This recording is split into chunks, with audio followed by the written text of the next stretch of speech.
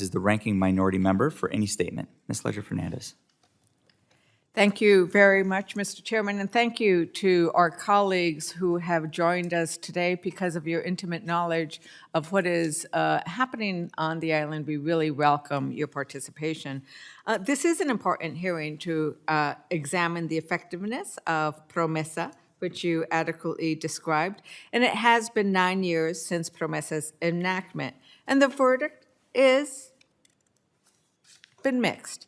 The law aimed to provide Puerto Rico with a path forward to manage and resolve its over $70 billion of public service sector debt, has indeed helped reduce Puerto Rico's debt by more than $40 billion and saved the island over $50 billion in principal and interest payments.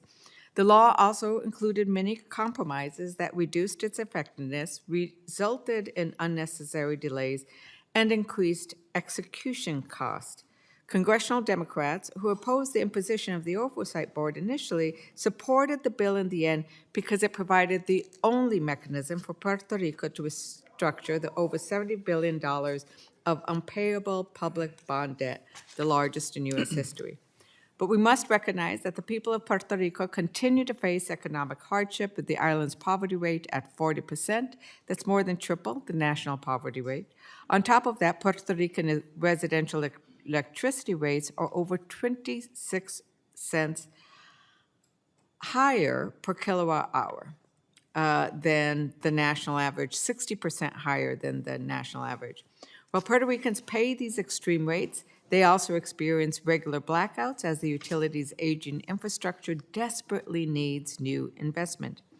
That's why we need to fight to complete the final debt restructuring under PROMESA for the Puerto Rico Electric Power Authority, or PREPA.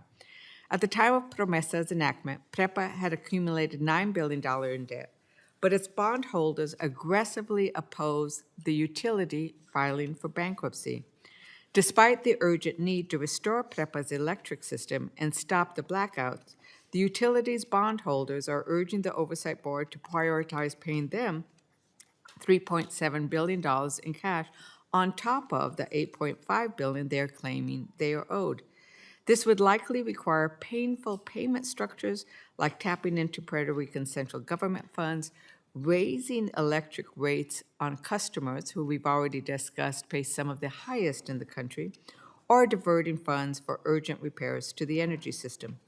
Puerto Ricans deserve affordable electricity and a reliable electric system. They deserve an economy that works for them. Natural Resources Committee Democrats have consistently called for dissolving the Oversight Board, but only after all of Puerto Rico's bankruptcies are completed under PROMESA. Full payment of PREPA's bond debt plus interest is simply factually unaffordable. It is not consistent with, as what the chair called, a bankruptcy-light situation, where fairness to both the bondholders but also to the people of Puerto Rico is very important. All parties should come together and consensually resolve PREPA's bankruptcy so that the people of Puerto Rico can have an electric utility that at a minimum can provide sustainable and reliable energy to support Puerto Rico's economic growth and fiscal stability. I want to welcome our witnesses, and I look forward to receiving your testimony.